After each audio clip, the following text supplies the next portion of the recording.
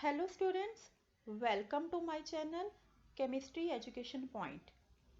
आज हम बात करने जा रहे हैं मोल कंसेप्ट से रिलेटेड बेसिक 3 फार्मूलाज की, जिसको स्टडी करके हम बहुत सारे न्यूमेरिकल्स जो हैं इससे रिलेटेड सॉल्व कर पाएंगे। Let's start.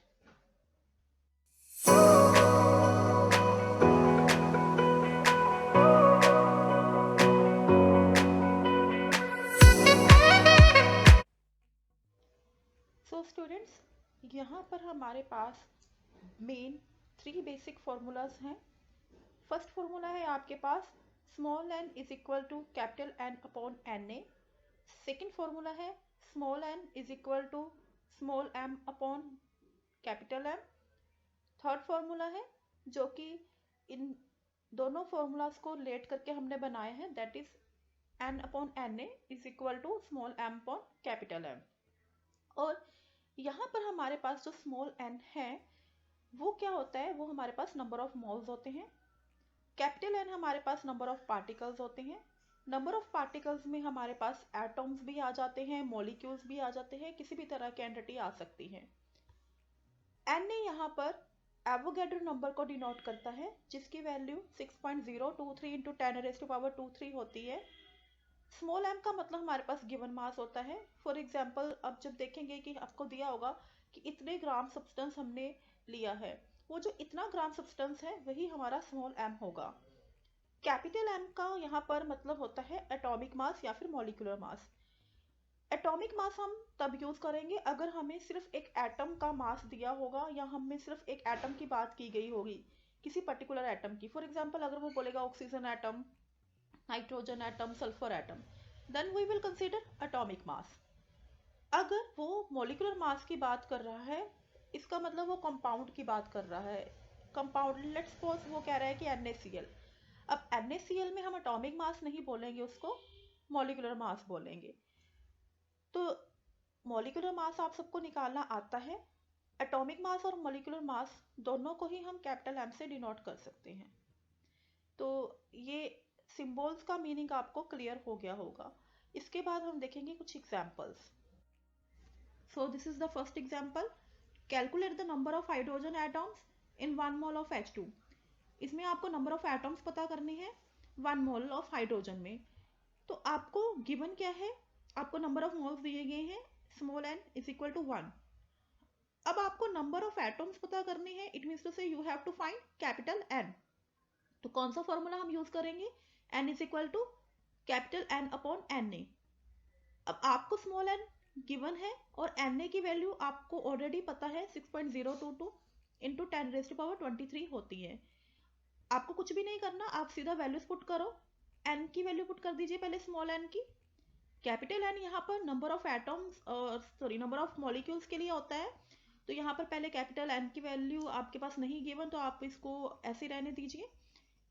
एन ने आपको गिवन है, उसको पुट कर दीजिए। अब यहाँ से आप कैपिटल एन को एक साइड पर कर लीजिए, ये क्रॉस मल्टीप्लाई में आ जाएगा 1 इंटू 6.022 इंटू 10⁻23। अब यहाँ से ही जो हमारे पास आ रहे हैं वो नंबर ऑफ मॉलिक्यूल्स आ रहे हैं, क्योंकि कैपिटल एन सबसे पहले हमें नंबर ऑफ मॉलिक्यूल्स देता है।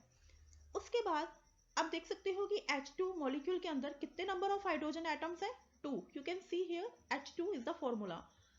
तो आप क्या करोगे, इस कैपिटल एन को 2 से मल्टीप्लाई कर दीजिएगा, उसकी वैल्यू को, then you will get the number of atoms. In this way we can use the first formula, small n is equal to capital N upon Na. This is second example. Calculate the number of moles in calcium carbonate if mass is 200 gram of calcium carbonate. आपको number of moles पता करने हैं calcium carbonate के, और आपको calcium carbonate कितना provided है, 200 ग्राम।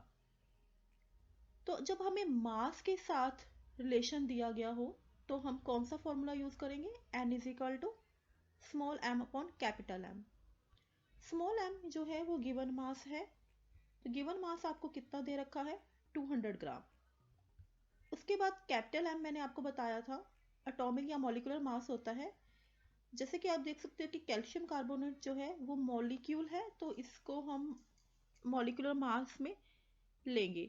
Molecular mass जो है वो आपका कैल्शियम फाइंड आउट कर लोगे। कैल्शियम का एटॉमिक मास 40 होता है, कार्बन के लिए 12, ऑक्सीजन के लिए 16, 3 ऑक्सीजन आर देयर, तो 3 × 16, ओवरऑल आपका 100 आ जाएगा। अब हम फॉर्मूला लगाएंगे। फॉर्मूला हमारा क्या है, small n is equal to small m upon capital M, क्योंकि हमें नंबर ऑफ मोल्स पता करने हैं। तो नंबर ऑफ मोल्स किस तरह से आ जाएंगे, स्मॉल m हमें कितना दे रखा है 200, कैपिटल M हमारा जो है वो 100 है। 200 divided by 100 is equal to 2, that will be the answer. Next example, how many molecules of water are there in 54 gram of water. आपको अब नंबर ऑफ मॉलिक्यूल्स बताने हैं वाटर के, और आपको कितना वाटर दिया गया है 54 ग्राम। तो फर्स्ट सबसे पहले हम देखेंगे हमें क्या क्या गिवन है। हमें स्मॉल m गिवन है 54 ग्राम, और मोलर मास आप साइड पर निकाल लोगे वाटर का, तो आपको पता है कि वाटर का जो मोलर मास है वो 18 ग्राम होता है। देखिए ये आपको लर्न कर लोगे तो बहुत बढ़िया रहेगा। अब आपको नंबर ऑफ मॉलिक्यूल्स निकालने हैं, उसके लिए हम कौन सा फॉर्मूला अप्लाई करेंगे, capital N upon Na is equal to small m upon capital M। क्योंकि हमें नंबर ऑफ मॉलिक्यूल्स और हम कह सकते हैं कि हमें नंबर ऑफ पार्टिकल्स पता करने हैं, तो n को एक साइड पर आप कर लो, ये जो Na है वो उधर जाकर क्रॉस मल्टीप्लाई में आ जाएगा। स्मॉल m तो हमें गिवन है, उसकी वैल्यू पुट कर दीजिए 54। कैपिटल M हमें पता है वाटर के लिए जो मॉलिक्यूलर मास या मोलर मास होता है दैट इज 18, मल्टीप्लाई 6.022 इंटू 10⁻23, तो इसको कैलकुलेट करने के बाद आपके पास आ जाएगा 18.066 इंटू 10⁻23 मॉलिक्यूल्स। होप सो आपको ये वीडियो अच्छी लगी होगी, और अभी मैंने सिर्फ आपको बेसिक्स बताए हैं, उससे रिलेटेड हमने सिर्फ अभी 3 न्यूमेरिकल्स किए हैं। तो आप और प्रैक्टिस कीजिएगा, इससे रिलेटेड न्यूमेरिकल्स को जितनी आप प्रैक्टिस करोगे उतना आप लोगों को पता चलेगा कि हम इसे किस तरह से इन शॉर्ट फॉर्मूला से सॉल्व कर सकते हैं। अगर आपको इससे रिलेटेड और वीडियोस चाहिए, आप चाहते हो कि मैं और एग्जांपल्स लेकर आऊँ, तो आप मुझे कमेंट बॉक्स में कमेंट कर सकते हो। Thank you so much.